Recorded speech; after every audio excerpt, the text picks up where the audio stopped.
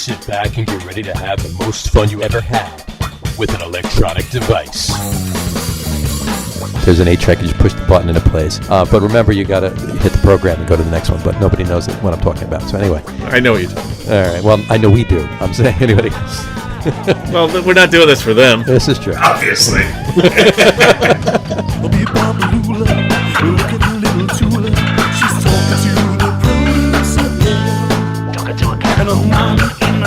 All right, everybody, welcome out to the Logger Room. It is Wednesday, October 21st, 2020. As if, again, you needed a reminder. Folks, Jersey Johnny coming at you. With me, as always, are RadioPete and Harry Lug Nutz. Say hi, guys. Hi, guys. Howdy. How is everybody tonight? How you guys doing? I'm doing fantastic. I'm doing way better than Sam Darnold. That is a low bar that even I can get over it, yes. Well, are you doing better than Daniel Jones? I think most people are, but he makes a little bit more money than I do. So. I think he does make a little bit more money than both of us, or all three of us. Say I didn't win this week, but I'm still satisfied with my performance. Well, there you go. That's always good. In Daniel Jones' case, I did win this week, but no one's really talking about my performance.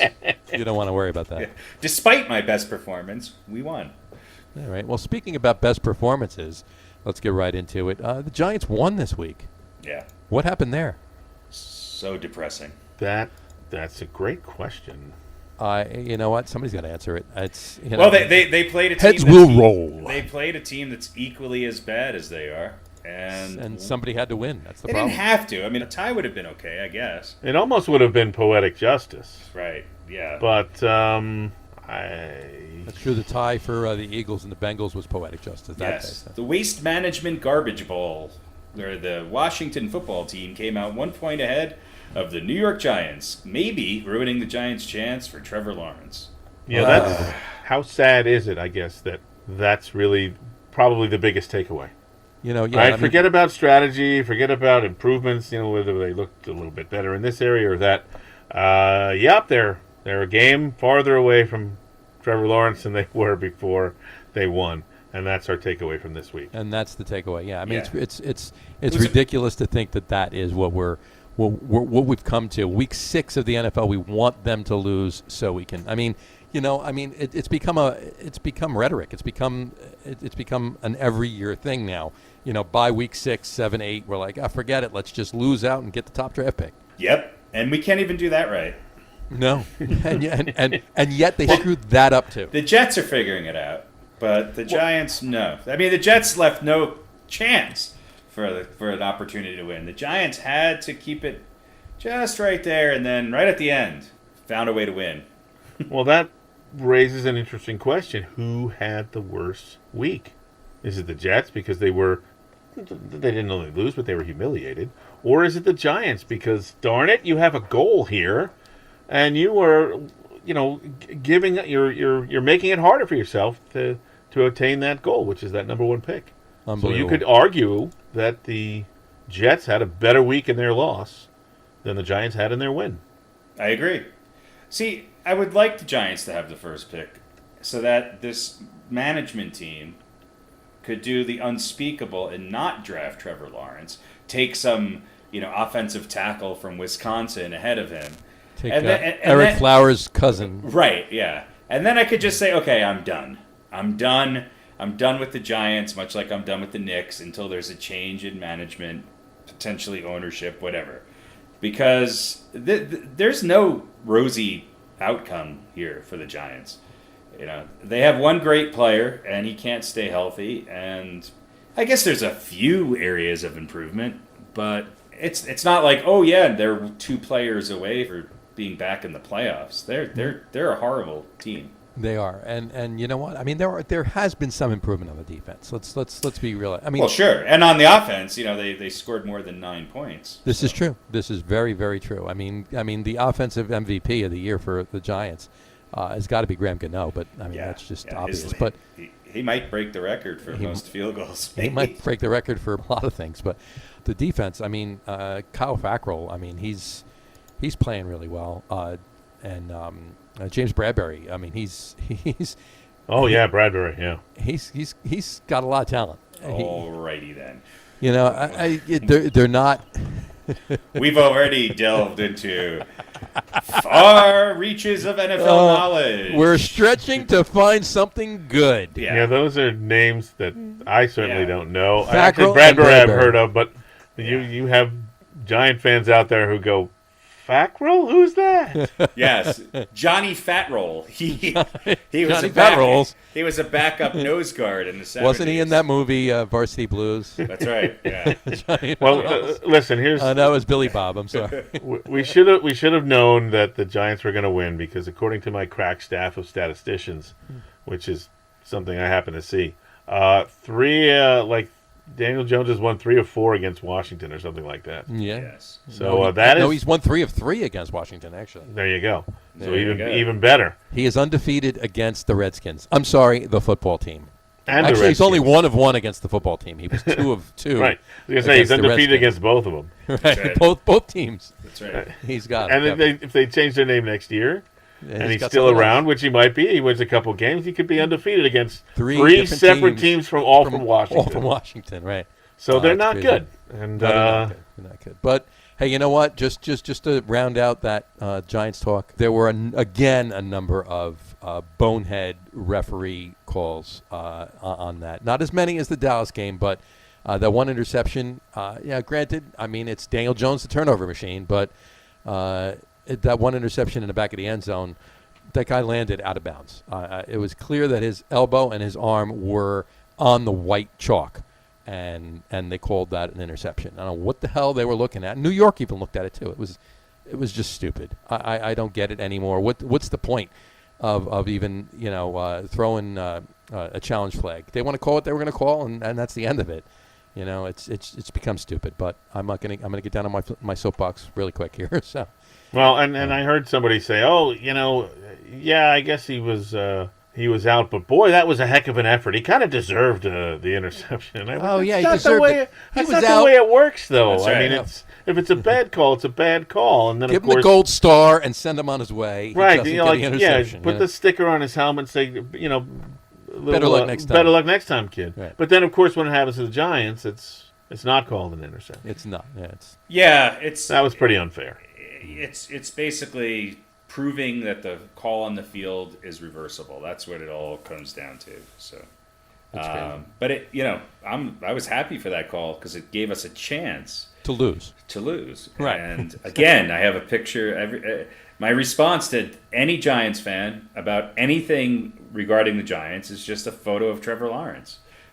And we'll be stuck with Daniel Jones. We'll go 2-14, and we'll be right back here next year, hoping that the Giants can beat the Washington football team again. Well, I know you felt that way because within 3 seconds of the game ending, you texted me and said they blew it. Yeah. So.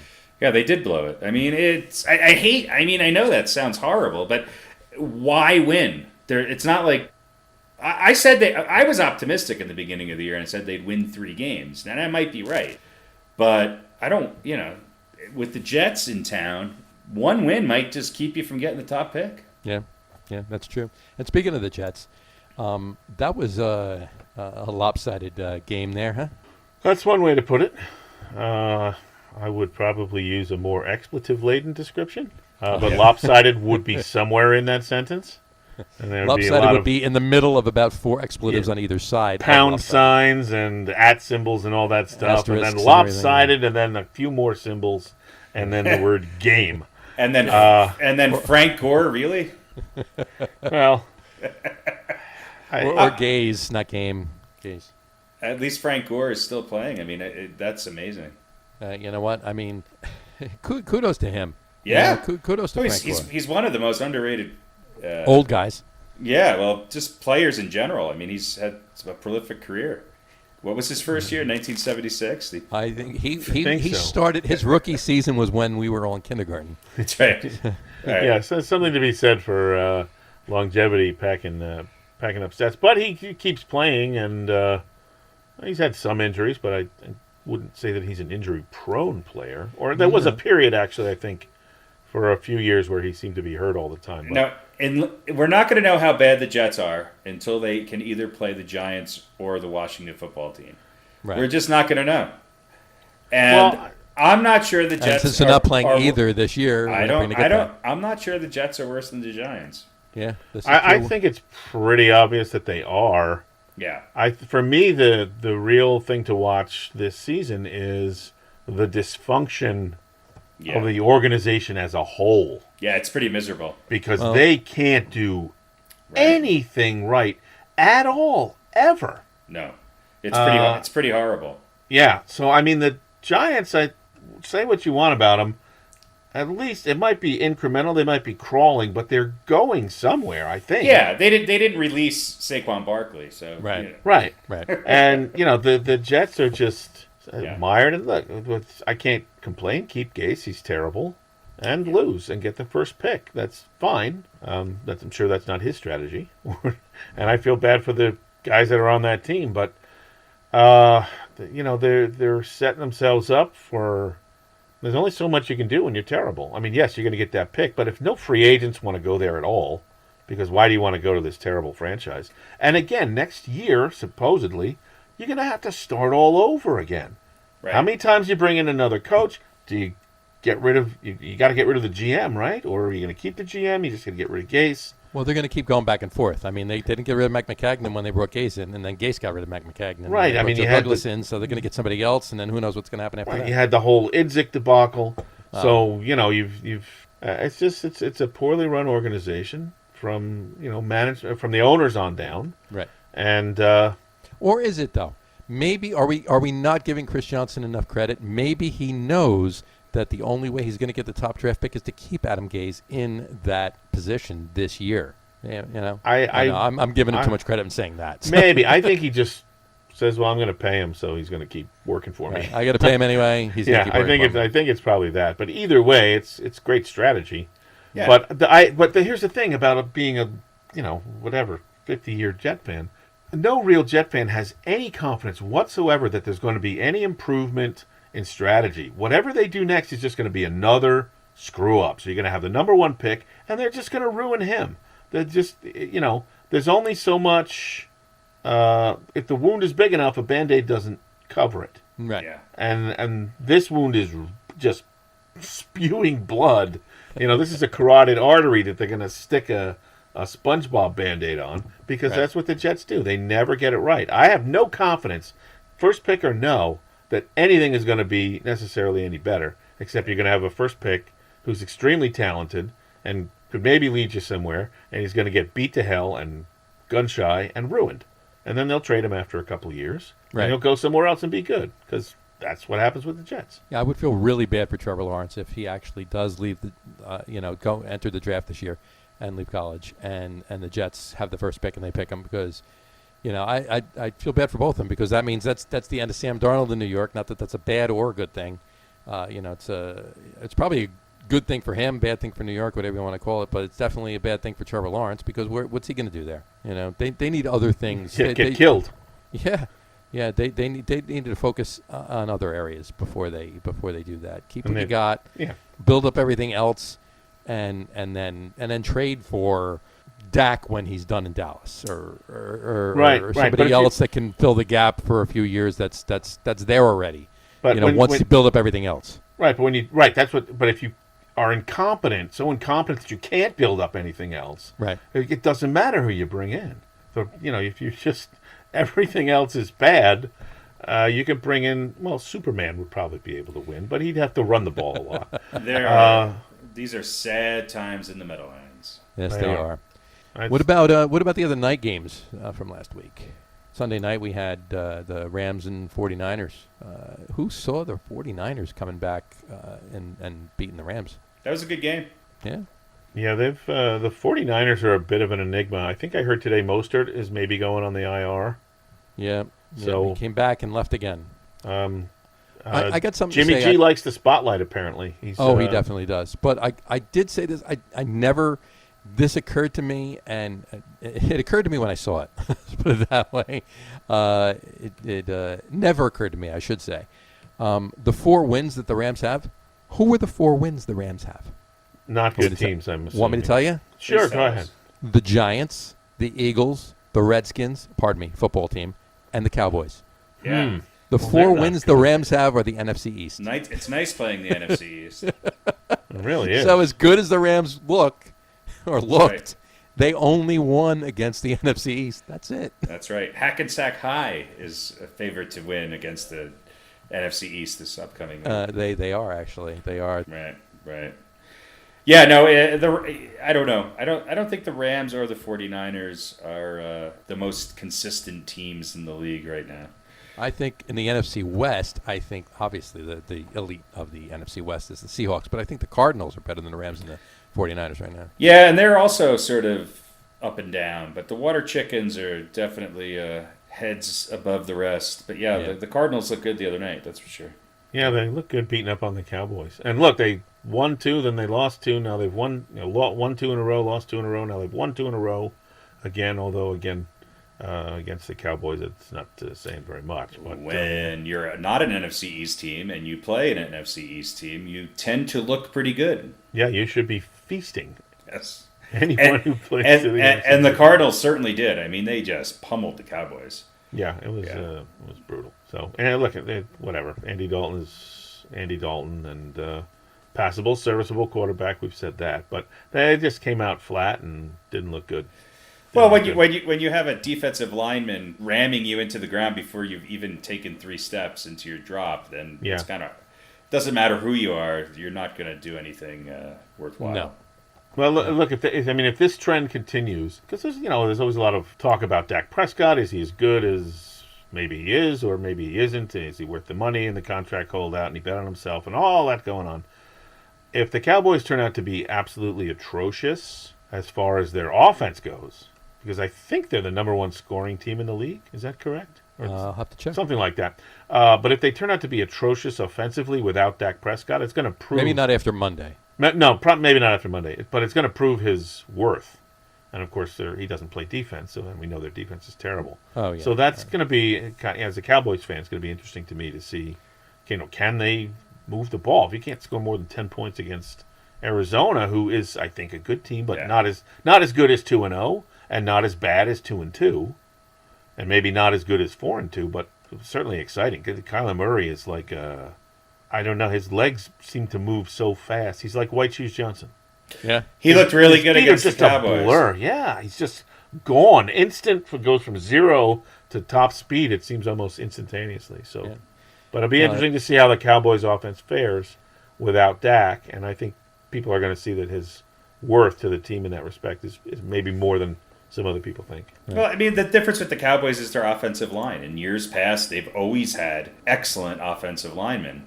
And that's why, Zeke looked the way he did. That's why they gave Zach enough time to pass. They've had decent receivers, and they've put up some points.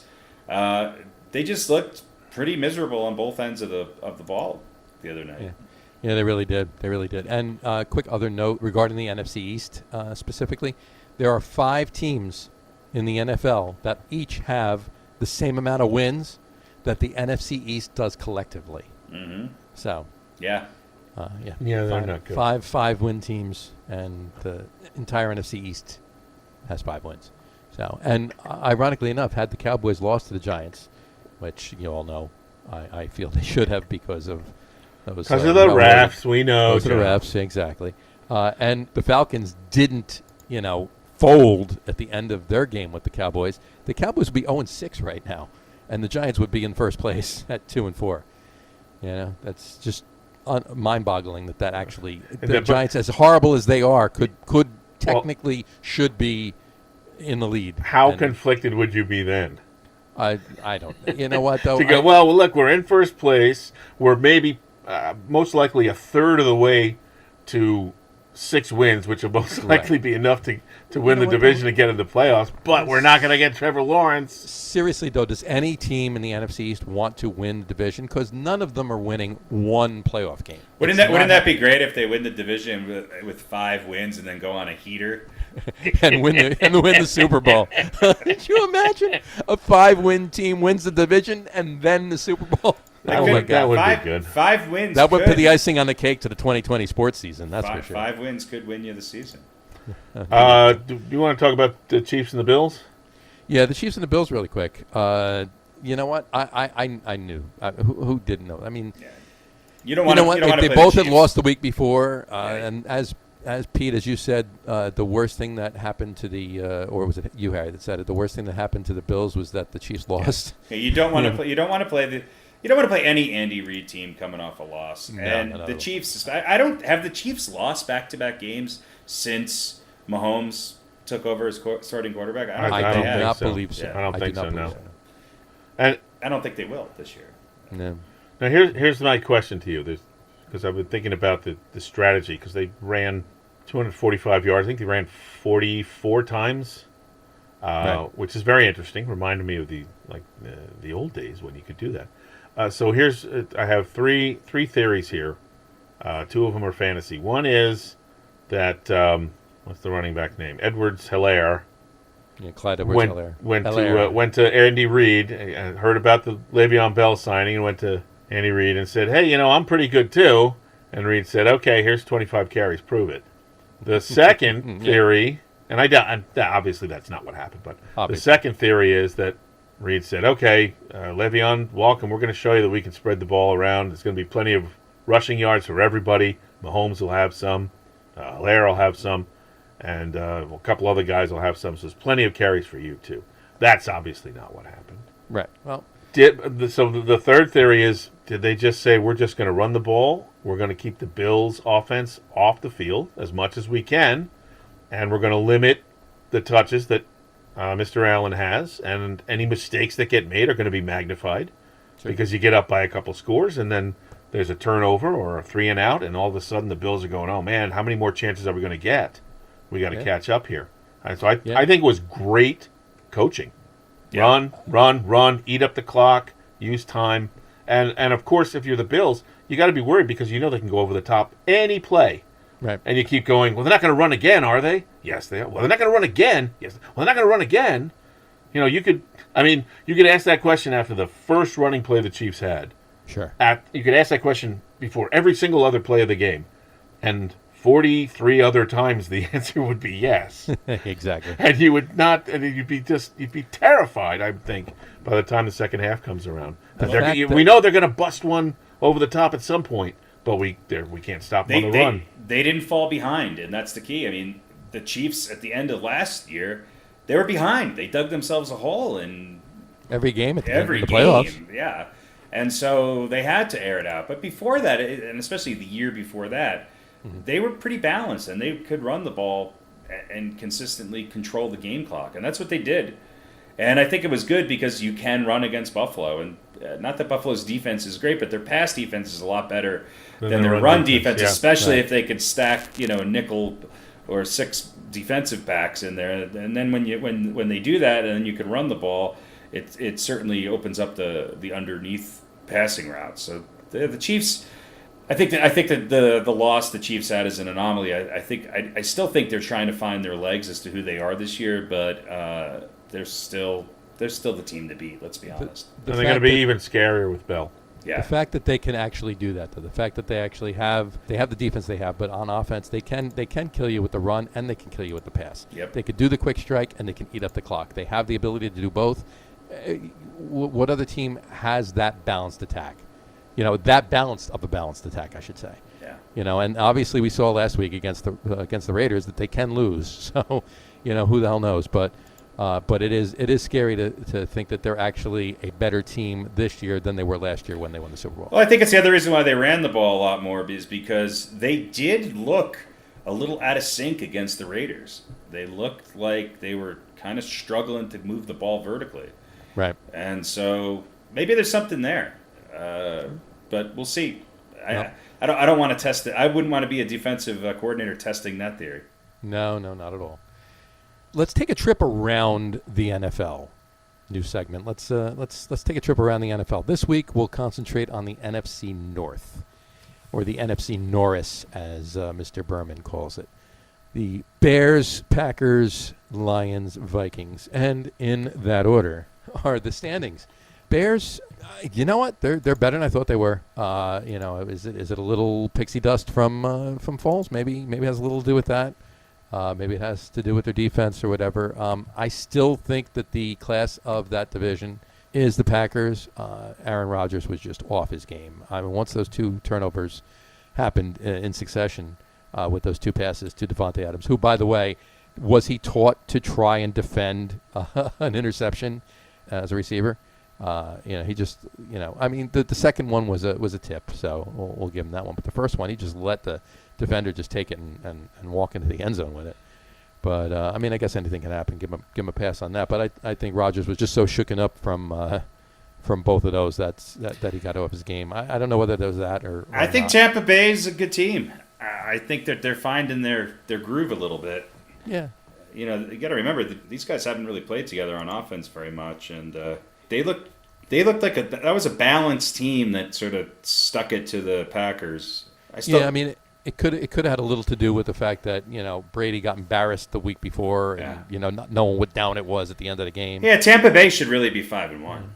And also Aaron Rodgers and the Packers were coming off a bye week, so these bye weeks, people use them as an excuse, but I do believe that they do eat away at momentum. Just me. I don't know. I wouldn't call it a fluke because I think Tampa Bay is a good team and. I think definitely Brady had something to prove, and Aaron Rodgers just didn't have a great day. As far as this division goes, though, I don't know. I just kind of I'm waiting for the shoe to drop with Chicago. I know they're 5-1, but are they a real 5-1? I have much more faith in Green Bay's 4-1 than in Chicago's 5-1. Yeah, and I think Detroit and Minnesota are better than their records show. I think Detroit is definitely. Minnesota, still.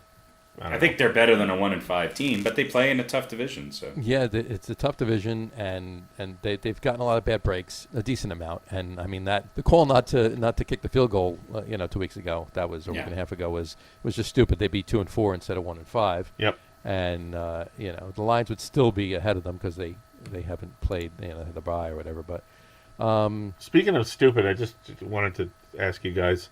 Obviously, it didn't work out, so it was the wrong call. But the football team going for 2, going for the win on the road. Yeah, how much of his Rivera's reasoning did you buy? I don't know if you listened to what he said. We got to learn how to win. Blah blah blah. That was just an ego thing, right? Yeah. That was about him. That wasn't anything. I think trying to say that he was better than Mike Zimmer. He can do it. They can. I think he made a mistake. I think I mean, you heard who was it? Who was the announcer for that game? The Cowboys quarterback. Why am I drawing a blank on his name? Troy Aikman. Tony Romo. Tony Romo. Romo just went on and on and on about you. There's certain points in the game when you automatically know that you kick the extra point or you go for 2, and that was nowhere close to anything that anybody would consider. No. So those 2 teams in that particular position at that point in the game, you kick the field goal. Absolutely. Kick the extra point. Yeah, there's almost no. The only reason to go for 2 is because you have to go for 2. Yeah. Right. As far as I've seen, in as many times as it's happened, that's the only reason to do it because you have to. I mean, yes, you could try and get up ahead by 8, and okay, fine, just get up by 7. Make the touch. Make the touchdown the tie. If there's a couple minutes left, and it's going to be a 2-minute drive by the other team, okay, we'll make the touchdown, and the extra point is going to be the tie, or at least put them in that position. There's just almost no reason, unless you need 2 points to tie or to tie the game at the end, to go for 2. Sure, and we'll never know this obviously, but I totally believe the fact that had they kicked the extra point and tied the game and went to overtime, the Redskins were winning the game. Yeah. Well, certainly you could head into the overtime with momentum at that point. Right, exactly. That's the point, absolutely. All right. So everybody knows more about that situation than Ron Rivera. Apparently. But you know what? Back to the NFC North, which I do believe. I'm not saying it was a fluke. I'm not saying the loss for the Packers to the Buccaneers was a fluke. What I'm saying is the game the Packers played post those 2 interceptions was a fluke.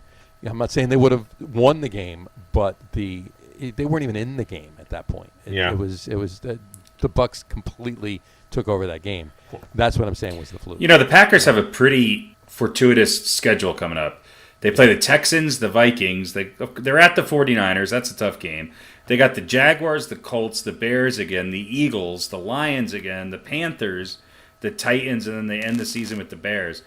I could see them winning maybe everything but one or two more of those games. I think at the end of the season, I think the Packers I think they win that division, number one, and they might be challenging Seattle for that top seed in the NFC.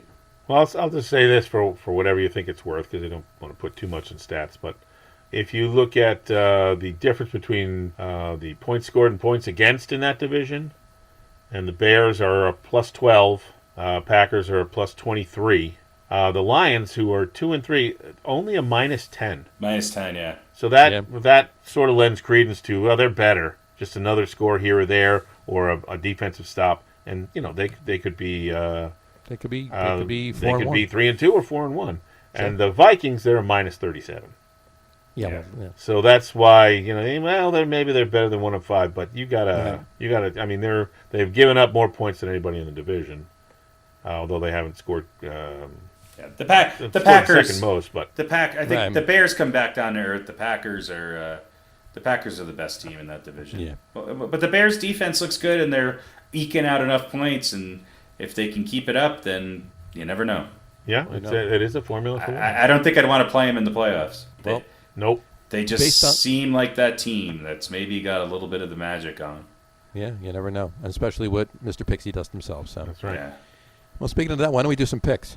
All right. Beaten by the coin. Beaten by the coin. I'm sure I'll lose to the coin. No one wants to be beaten by the coin. All right. Let me pull up the picks here. Hold on. Because it was a very interesting week last week. Yes, it was. And did the coin win? The coin had a surprisingly good week. It made a rookie mistake. And probably because I'm going to look at the coin here.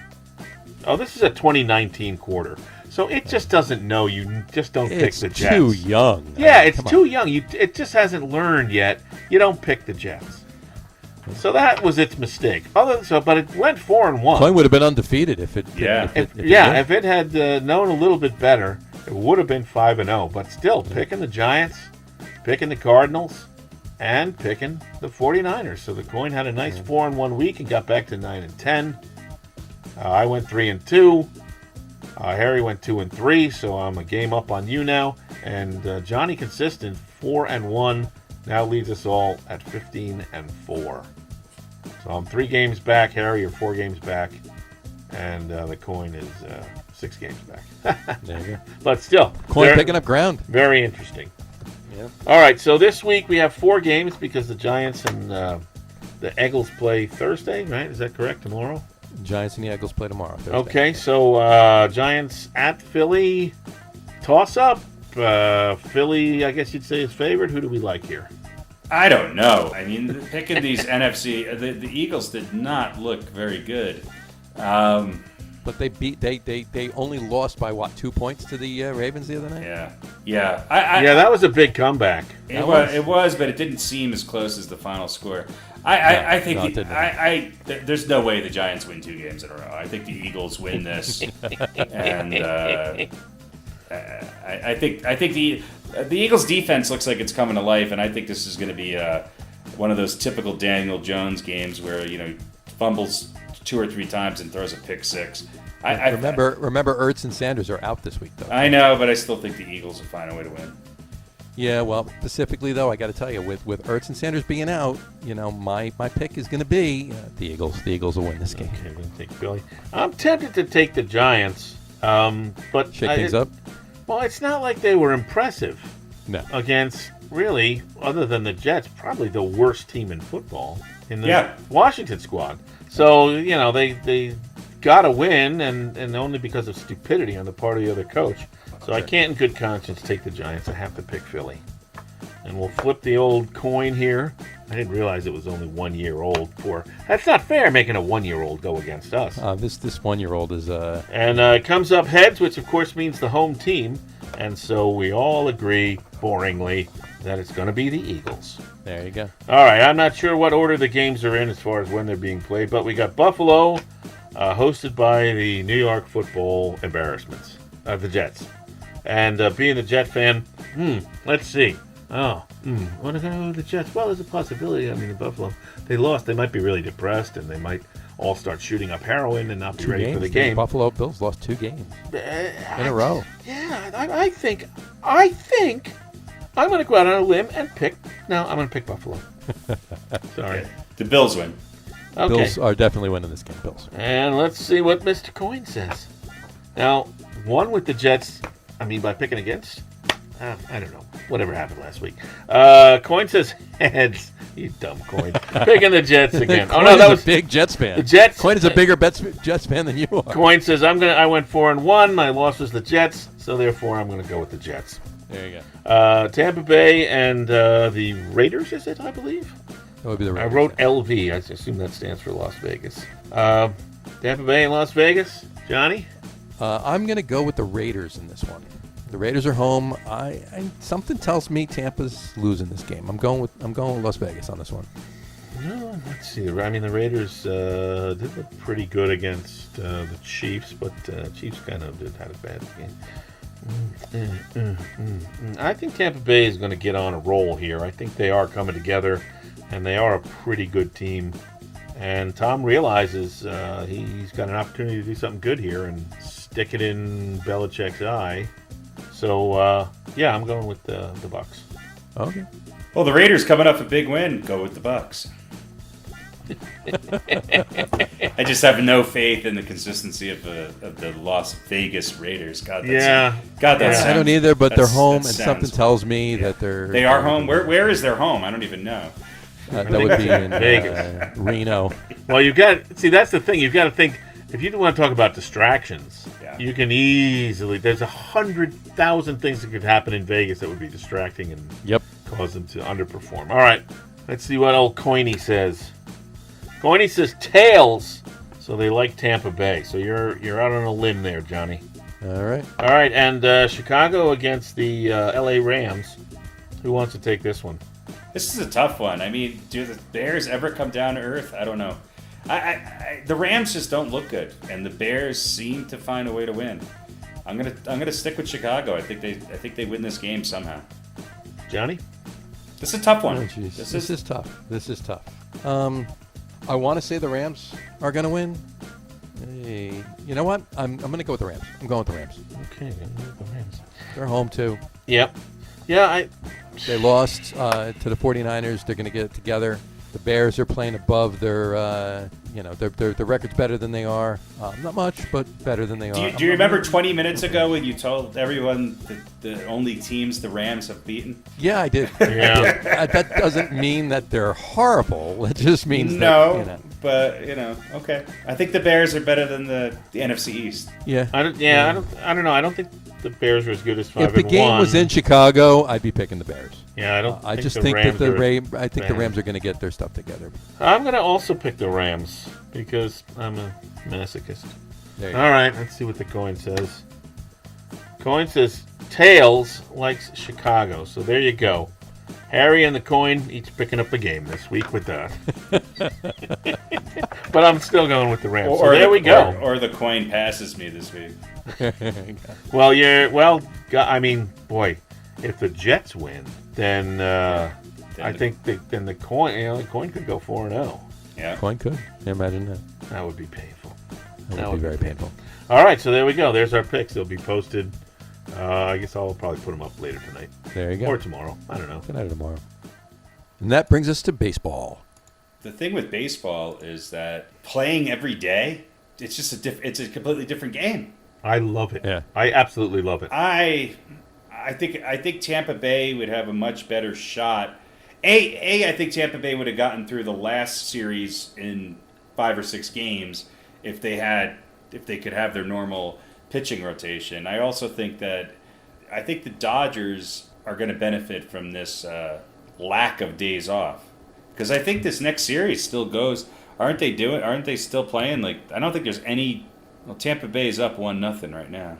Yeah, no, there's no. There's no days off. There's no days off, and I would say the Dodgers have been playing. Where are they actually playing? I don't even know.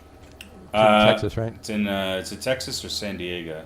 Well, wherever it is, they've been playing there, You know, Right. I know technically it's not really a home field advantage, But they're used to there. seeing pitches coming out of that background. Right. You know, and this is a new place for the Rays, and how much would they play there anyway? If it's San Diego, then certainly they probably haven't been there too many times, being an American League team. So you know, the Dodgers could end up. Kershaw looked good kinda last walking night. away. You He know, looked great last night. Yeah, and can they pitch him again in Game 4, or do you have to wait to Game 5? I think it would depend on the score. Yeah, Morton pitched already. I mean, I just think that we'll see. I think this is going to be I think this could go 7 easy. Tampa Bay. There's something with that Tampa Bay team and this Dodgers team. They both seem to be pretty resilient, and the Dodgers lineup came alive last night, and Mookie Betts is finally woke up, and that's nobody wants. If you're a Tampa Bay Rays, you do not want to see that. Yeah, you don't want that, and you know, also it's the Rays are more of a live by the home run, die by the home run team. Yeah, the Dodgers. You know, Although the the Dodgers have I think they have a scarier well, lineup even in that regard. Well, how many home runs did they hit last night? Yeah, but also how many singles and doubles did they hit last night? Right. They had like 4 doubles, and the Dodgers are a better team. It's just a better team. Yeah, but Tampa Bay, it's the year. Tampa Bay's got. Yeah, you're right. It could very well be the year of that city. It could be. It could be. I don't really. I've always had trouble with the. Which actually, let me ask you, as a Yankee fan, can you root for Tampa Bay because they I put can't. the Astros in the ground, I or can't- is it too painful because they beat the Yankees? No, I mean, I look at it this way. I've said this. I think I said this when we first started, when baseball first started. I said I think Tampa's going to the World Series, and I think you had mentioned, the Yankees are going to win. Blah blah blah. There was just something about this team. I watched them play. The Yankees played Tampa a lot this year, and they just could not beat this team. And the Astros are another team with they have 3 or 4 guys in that lineup who just are clutch hitters. And you thought, oh shit, they got down 3-0, and then here they come. They're going to win 4 in a row. But Tampa held off, and I think the Dodgers are obviously favored, but I'm going to root for Tampa. I think there's something about this team. They remind me of the Royals of a few years back, where they just seem to be able to. They have a deep bullpen, and they seem to be able to score runs when they need to. And we'll see what happens. But I think this is going to go 7. And even last night, they were a hit away, and it wouldn't have had to have been a home run, when they had a couple guys on, and it was 8-2, I guess. They scored another run, and they could have gotten a home run and made it like a 3-run game. Could have kind of gotten back into it, and it didn't end up happening. But they always seem to have those opportunities and cash in on them perhaps more often than they don't. Yeah. But I think me saying the Yankees are going to win, that was just Mets pessimism. Right. But I think we probably I all think agree that Tampa Bay was a better team than the Yankees over the course of the season. I mean, the course of the season, but if you look at that series, I mean, if it wasn't for Chapman doing what Chapman does best, the Yankees could have very easily won that series, and I think they would have matched up really well against the Astros this year. But, the Astros are also a very good team. They're a very good team, but they don't have the pitching that they've had in years past. No, their their pitching is not as good, but they're still a very good team. When you take away their top 2 pitchers, and arguably 2 of the top 5 pitchers in baseball, and then they still were a game away from going back to the World Series. Yeah. The Astros, it's just the middle of that lineup is the toughest middle lineup since the Red Sox of 5 years ago. And being a game away after being down 0-3. That's what I mean. Yeah. It's not like, it was 2-2 and then They were a game away 4 times. Yeah. Crazy. Even with Altuve turning into Chuck Knobloch in the field. But yeah, no, my pick. I certainly think the Dodgers are winning. I do. You said Tampa Bay was up 1-0 before. I think they're up 1-0, top of the second. Top of the second. Yeah, I mean Dodgers are up 1 game to none. Obviously, won last night, but I think the Dodgers. This is the Dodgers' year. I just think it is. I mean the Rays. You know what? It's a great story. Low payroll, beating the Yankees, knocking off Houston, coming back, doing something that only Boston has done before, coming back from 3 games down in a league championship series. It's a great story. I just don't think they have enough. I think the Dodgers are just, they're locked in. With the whole, especially, after the news last year, that in their minds they probably realized that they more or less should have won, 3 years ago against the Astros, and who knows what they would have done against the Red Sox if Alex Cora, who knows what Alex Cora did there too. I mean, it's all speculation, but bottom line is they felt that they should have had one of those, if not both. They're focused, they're heading. I think it's the Dodgers year. We shall see. It's going 7, and I'm telling you right now, it's going 7. I hope I so. don't know. This Tampa Bay team is just... No, Tampa Bay's winning games. The Dodgers aren't sweeping Tampa Bay by any means. Nope. But I don't know about 7. I'm thinking 6. I think it's going 6. All right. I think it's 4-2. Dodgers winning 6. We'll just see. It might be yet another championship for L.A. How wonderful, for L.A. Yeah. I wouldn't feel terrible. I mean, I guess I'm rooting for the Rays, but I wouldn't feel terrible if LA. But I don't love them.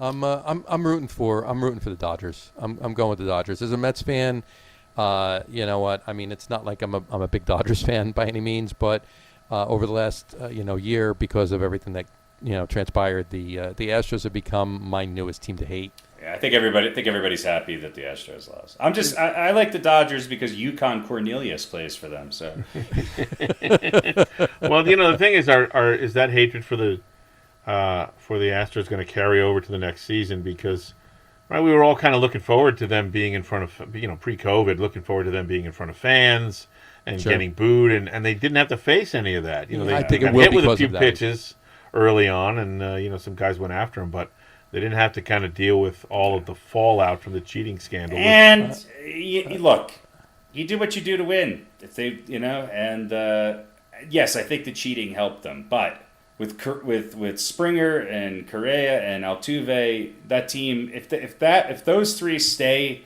together, then that team's always in a 2 or 3 run game because those guys are just consistently clutch playoff hitters. And who knows? The Astros might be down George Springer, next year. I mean, he might be a Met. Who knows? Speaking of the Mets, I guess step 17 of 35 for Cohen actually buying the team. That's right. Goes by the wayside. That's right. He I was heard approved something by the executive committee yesterday. I heard something very interesting today. I wanted to get your take on. Somebody was talking about, okay, well, is he going to kind of change the regime? It's not just about spending money, right? We're all excited because he has a lot of money. But are you going to make good moves? And somebody suggested Jeffrey Luhnow, bring it in as the GM, and said, look, he's really good at what he does. He's kind of a jerk. Nobody really likes his personality, but he's really good at building a team. Right. And his suspension would be up. Would you do it? I don't know. There's a lot of stigma that comes along with that, though. I mean, you're right, but if he came out and said, yes, I knew about the cheating. We wanted to win. We did a bad thing. I knew about it. Instead of, I didn't know. I'm not on the field. Could you see it happening then? Would you be willing to forgive? If he owned up to it, then, like last year, owned up to it and just came out and just was compliant and did everything what MLB asked him to do, and he was the whistleblower, if you will, for after the whistle got blown, he was the He rinsed out the whistle. Yeah, he rinsed out the whistle. Maybe. I don't know. I'm not saying I wouldn't do it now. It's just there's a little bit of a stigma, and I hope he has a blockbuster deal with the team across the river, where Jacob deGrom goes to the New York Yankees, and the Mets get. Well, here's what I'd be willing to give him: Gary Sanchez, of course, Chapman, Giancarlo Stanton. This is every caller to late night. Don't dump your garbage to late night talk radio, sports talk. This is a lot of good garbage. This is a lot of overpaid garbage. It's a lot of exactly. We'll give him Stanton. We'll give him Sanchez. We'll give him that pitcher that always gives up the home run. Chapman. We'll give him that guy, and we'll take Jacob deGrom. Yeah, that's a good trade. Yeah, I think the Mets would do that. I think the Mets would do that. Yeah, that's every Yankee fan calling up sports radio talk at 2:30 in the morning. When I think of the Mets, I think Jacob deGrom, and that's it. Well, give it a couple years. I mean, next year maybe you think of the Mets as Jacob deGrom. Well, listen, deGrom, Trevor Bauer, George Springer, and JT Realmuto. We'll take deGrom and throw in Springer's. Throw in the polar bear. Springer's not going to the Mets. Not if he's smart. Well, you know what? Though Pete, we're talking about we're talking about it from a jaded Met fan point of view. That's This true. could be the beginning of something really great. So, get on the ground floor of it. Sure. Hey, Anyway. exactly. By the way, the WNBA was won by the Seattle Storm. There you go. Storm. Okay. So maybe they might get the WNBA and they might get an NFL title. You can't. There you go. Can't count the Never know. Seahawks out. There you go. A lot of cities that could have 2 titles. Only one can have 3, and that's Tampa, because I really don't think the Rams are. Although I think they're winning this week, I don't think they're winning the Super Bowl. Probably not. No. Probably So not. that brings us to our new segment, folks. Oh, right. New segment of Top 10s. We're doing Top 10 lists. This week, we're doing Top 10 Giants, Top 10 New York Giants, New York football Giants of all time. And we're going to rotate around, and we're going to start with Mr. Radio Pete. He's going to give us our number 10 selection on our Top 10 list for this week. Number 10, Michael Strahan, defensive end. I don't have a lot of numbers on him. He was really good. His sacks record is crap. Gastineau, Allen, and Justin Houston are the true sack leaders. 22.5 is not the single-season sack record. I was actually at the game where Brett Favre laid down. Where and Brett- let him yeah, have Brett- that sack. Brett- I was literally 100 feet away from him. I was had good seats that day. Strahan is probably a guy that non-Giant fans could easily hate because A, he was very good on the field, and B, because he had a very successful television career. Seems like a really nice guy, and he's got 140 some odd sacks, which is pretty good. I don't know where it is on the all-time list, but it's pretty high up there. I think it's top 20, right? Yeah. And definitely a guy who powered the Giants' defense at a lot of times. There we go. Mhm. Michael Strahan, number 10. Michael Strahan, number 10. Harry, give us number 9. Number 9, Harry Carson. Harry Carson was the middle linebacker on 2 Giants Super Bowl championship teams, and if it wasn't for Lawrence Taylor, would probably, I think, maybe go down as one of the top 2 or 3 New York Giants of all time on the defensive side of the ball. He was a game changer. He was kind of the old school middle linebacker who anchored the middle of that team, and then they surrounded him with some really dynamic outside linebackers when the Giants went from a 4-3 to a 3-4. And when you have people like Lawrence Taylor and Carl Banks, Brad Van Pelt, Folks, Gary if you're Reasons, listening to this, if you have any suggestions Johnson, that you want to hear, those that you wanna years hear that Carson for a played top for the 10 Giants, list, I don't know if there's by ever all been a means, better write them linebacker in. You core can message us on consistently for Facebook, that long. Twitter, I was going to say, Instagram, was there or you a can just better send us group an email than through the that? website. Yeah, I don't think so. Folks, And the 90 team was pretty darn good too. Harry Carson, I think people know who he is. Giants fans certainly do. He was one. I think he's one of the top 5 middle linebackers to ever play the game. And didn't miss much time either. No. Was steady and always out there. And I think much like Strahan, correct me if I'm wrong here, I think he played his whole career with the Giants. He did play his whole career with the Giants. There you go. Number 9, Harry Carson. Good job. All right. That brings us to number 8. Number 8 I will take is none other than Mr. Yelberton Abraham Tittle. Y.A. Tittle. He was quarterback. His number 14 is retired with the Giants. Funnily enough, he was the 6th pick overall in the first round of the 1948 draft, but he was drafted by the Colts. He played for the Colts for 3 seasons, and then he went to San Francisco for 10 years. He was a 49er for 10 years. And then he came to the Giants in 1961. He only played 4 years for the Giants. So our criteria for this list was that they had to play at least 4 years for the Giants. But Mr. Yelberton Abraham Tittle's best 4 years were with the Giants in 1961 through 1964. They were the last 4 years of his 17-year career. He went to 7 Pro Bowls over his 17 years, but 3 of them were with the Giants in 61 to 63. He was a 4-time first-team All-Pro, and 3 of the 4 years were 61 to 63 with the Giants. He was the NFL's most valuable player in 1963, again with the Giants. He was the passer rating leader in 63. 63 was a crazy good year for him. Yelberton Abraham Tittle, awesome quarterback for the Giants. First throwback player on this list. And he was kind of an innovator, not an innovator, but a guy who really embraced the passing game, wasn't he? Yeah, he did. And of course, he's the guy in that picture. That There you famous go, picture of him kneeling on the field, bleeding. Kneeling in the end zone, his helmet off, bald head bleeding, blood running down his face. That's Wyatt Till, number 8. Number 7, take it away, Mr. Harry Lug Nutz. Number 7 is Sam Huff. Played for the New York Giants from 1956 to 1963. Ended his career at the Washington Redskins. He won an NFL championship in 1956 and was a 5-time Pro Bowler. He was drafted in the 3rd round by the New York Giants. He played on both sides of the field, both offense and defense, which was rare at that time. Yeah, I played 56 through 63 with the Giants, and a few years after that with Washington. He's in both Ring of Fames. Yeah. Yeah, he was a guy that I had heard his name and knew he was a good player, but didn't really realize how good he was until I started researching him. He was, again, one of these guys who kind of reinvented the position in some ways at that time. Old school to the T. Definitely. Old school player. Sam Huff, number 7. All right, bring us to number 6, Pete. All right, number 6, Emlyn, is it Tunnel or Tunnell? I don't know. Tunnell, okay, because of the 2 L's, I guess. Emlyn Tunnell is safety. This guy, again, a guy I'd never heard of, but when I started looking him up, pretty darn good player. 2 championship teams, 56 and 61. First team All-Pro 6 times, 9 Pro Bowls.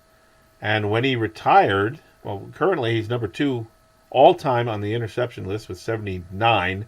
At the time he retired, he was number 1 in interceptions with 79. Return yards from interceptions, almost 1,300.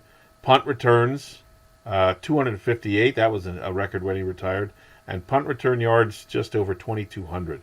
So he was an amazing defensive player, a big part of that 56 championship team and the umbrella defense, as well as being a versatile player who did other things as well.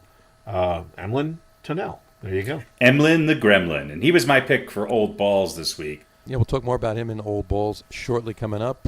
That was number 6, Emlyn Tunnell. Brings us to number 5. That would be Mr. Mel Hein.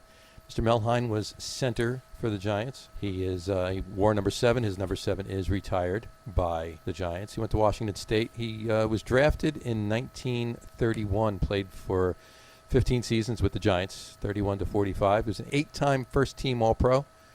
He coached for 20 years after he retired too.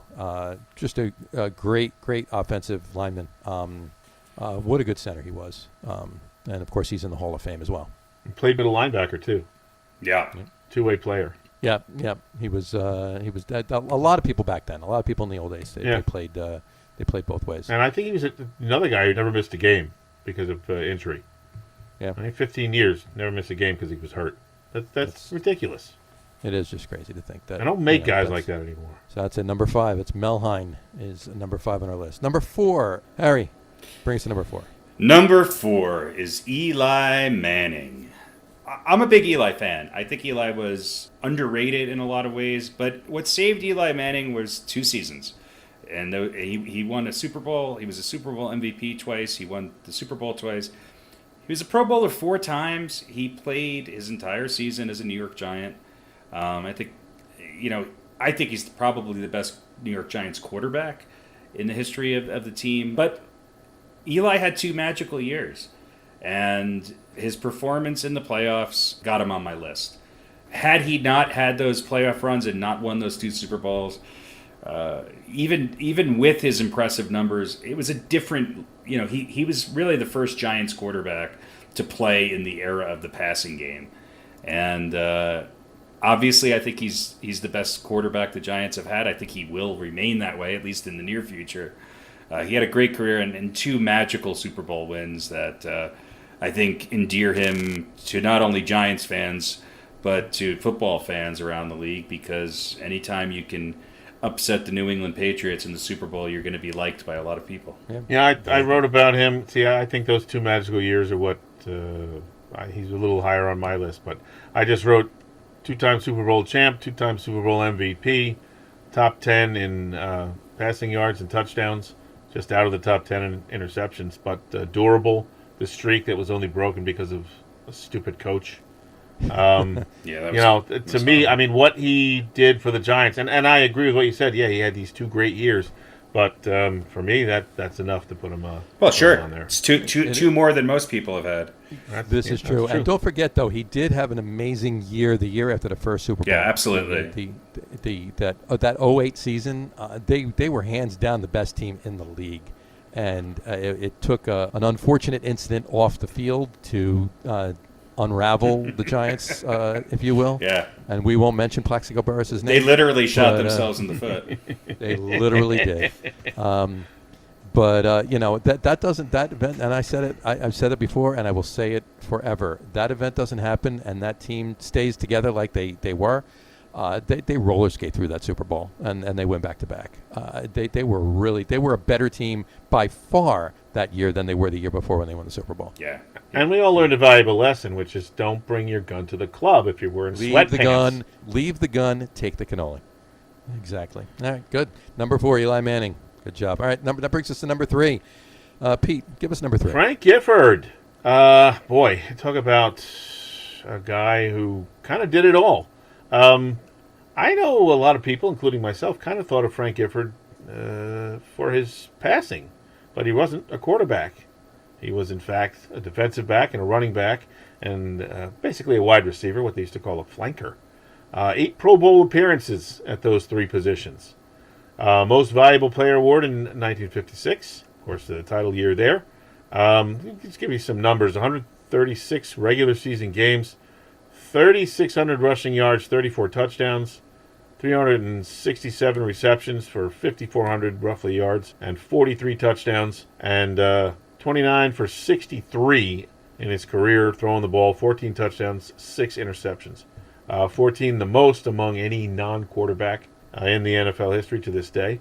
And 6 interceptions, tied for the most thrown by a non-quarterback with, anybody? Little trivia. What other non-quarterback has 6 interceptions? He's a really, really good running back. Tell us. Walter Payton, sweet. Walter Payton, that's right. He used to throw it with either hand. Yeah, that's right. That's true. Yeah, he was. And, of course, Gifford had a long, rather illustrious broadcasting career and perhaps a few dalliances outside of the marriage as well. Those are the things that I know Frank Gifford for. But he was a heck of a player, very versatile, and really, really good at a number of different positions. Good job, number 3, Frank Gifford. That brings us to number 2. Number 2, we're going with Rosie Brown, Mr. Roosevelt Brown, offensive tackle, number 79 with the Giants. He was a late round pick. I mean, that was back when they had 27 rounds. He was picked 321st overall in 1953, coming out of Morgan State. He played his entire career with the Giants, 1953 to 1965. Went to 9 Pro Bowls.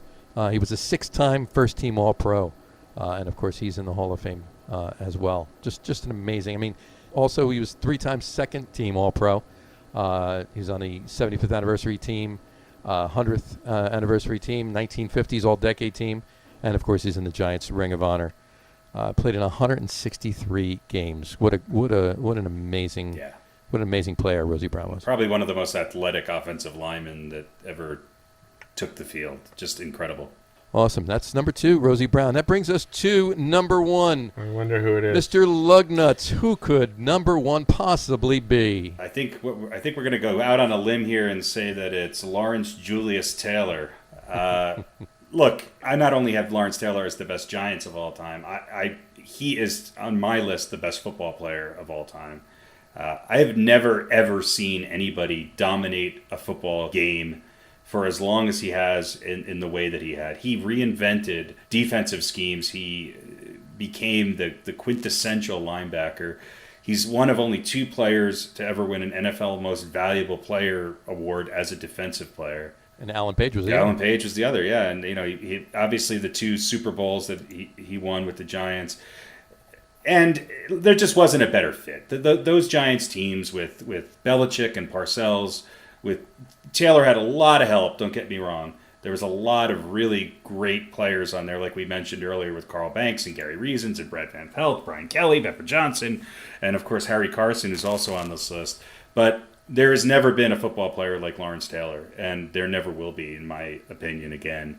He is hands down not only the best Giant, but in my estimation, he is the best football player of all time.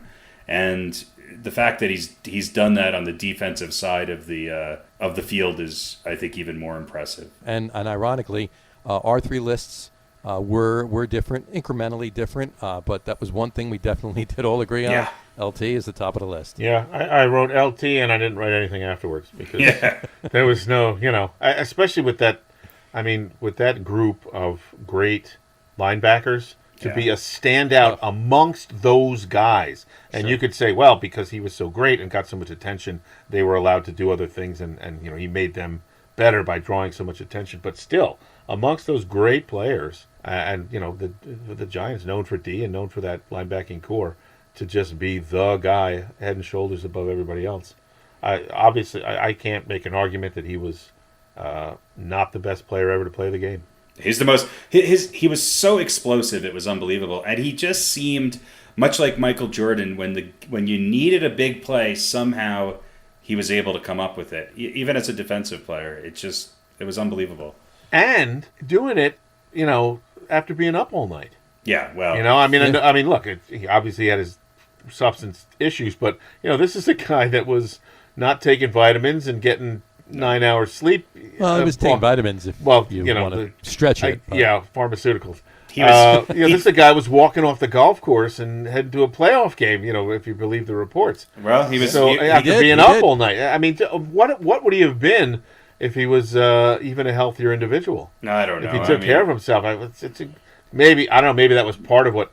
Maybe that was part of his magic. What he was, but boy, you just think this was a guy who should be zonked, and he was still so good. It seems like Babe Ruth and Michael Jordan followed the same, lifestyle. Jordan was more just staying up and gambling, not obviously the substance abuse. The other, and less hot dogs too than Babe. Yeah, but who knows? But even in that 90s season when the Giants when he won his second Super Bowl, he just seemed to time it just right. When they needed a big play, all of a sudden, there he was. That was it. Yep. He was Jefferson from Fast Times. All over, doing things no one else would do, a one-man wrecking crew. Yeah, he was amazing. One-man wrecking crew as part of the Big Blue Wrecking Crew. There he is, number one, Lawrence Taylor. Good job, guys. Thanks. The top 10 New York Giants of all time. All right, that brings us to Old Balls. Old balls. And this week's Old Balls is none other than number 6 on our top 10 list from this week, Mr. Emlyn Tunnell. Harry, why don't you tell us a little more about Mr. Emlyn Tunnell? Yeah, I think he reinvented the position in a lot of ways, and obviously he broke color barriers both on the Giants and in the league in general. But the fact that he had as many interceptions as he did, 79 career interceptions. He had over 1,200 interception return yards. He had over 250 punt returns and 2,209 punt return yards.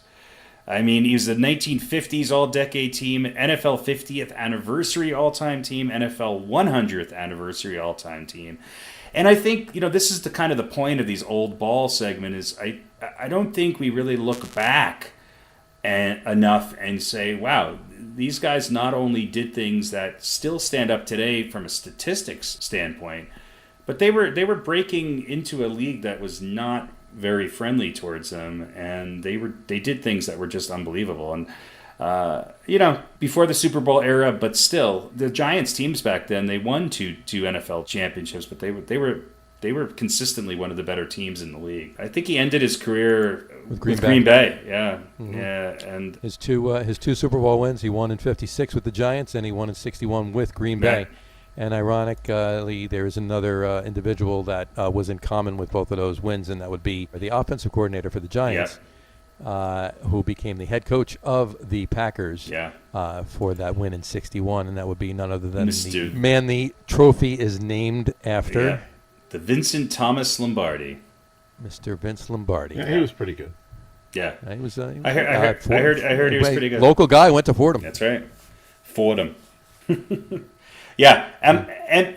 Emlyn Tunnell. Not definitely a deep dive into some history there. Somebody that I don't think many football fans really know about, but pretty impressive nonetheless. Good Old Balls this week. Good job. Good pick. Good pick. All right, good pick. Old balls. He's got a lot of them. 71 of them. Old balls. I'm sorry, 79. He's got 79 old balls. He's got 79 old balls. I just want to mention two other things about him. He was the first African American to play for the New York Giants, and he was the first African American to be inducted into the Pro Football Hall of Fame. And he was 6'4", 210 as a defensive back at a time when you just did not have defensive backs of that size or athletic ability. So and I would wonder if many of the receivers were even that. No, were probably not as big back then as they were now. No. Yeah. No, and he was towering over the guys that he was guarding against. Yeah, he had 79 career interceptions and an NFL record that remained for most of the NFL history until I think 1979. Old balls. All right, folks, we want to thank everybody for listening to this week's sports podcast. And as always, you can check out everything on our social media, Facebook, Twitter, and Instagram. It's all at The Logger Room. And, of course, our website is www.loggerroom.com. That's LAGERROOM.com. And, folks, of course, if you are listening to this podcast through one of those services, you're going to want to go to Apple Podcasts or Spotify or even TuneIn or Stitcher and subscribe to our podcast feed. This way you will never miss one of our podcasts. And remember, every Wednesday night at 7 o'clock, give or take a couple of minutes, we go live on Facebook with our video teaser for the podcast, which we record, of course, afterwards. So you're going to want to check that out as well. And we encourage you to write into us either through any of the social media or through our website and ask us any questions or anything you want to hear on the podcast or, for that matter, see on the live video feed as well on Wednesday nights. Folks, once again, thanks for listening. Have a wonderful weekend. Check out all the sports. Enjoy your football games on Sunday. Cross your fingers for us with our picks, and we will talk to you soon, folks. Take care.